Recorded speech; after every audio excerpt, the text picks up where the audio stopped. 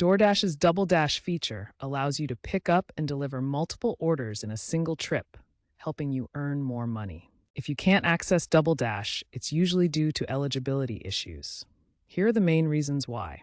First, a low driver rating below 4.6 can prevent access to stacked orders. Second, make sure you're using the latest DoorDash driver app version 12.5 or higher. Third, Double Dash may be unavailable in low-density areas or during late hours due to safety and efficiency rules. Fourth, verify your vehicle and insurance information in the app settings. Finally, declining stacked orders too often can make you ineligible for future offers. Head to your app store and update the DoorDash driver app to the latest version. Re-verify your vehicle and insurance in the app settings to ensure your account is up to date. Double Dash is often unavailable during peak hours.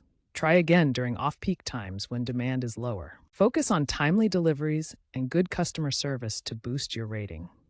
Use the app's rating booster tool for help. Restart the app or clear its cache to resolve technical issues. If problems persist, contact DoorDash support through the in-app chat. Most issues resolve within hours. Aim for an order acceptance rate of 80% or higher.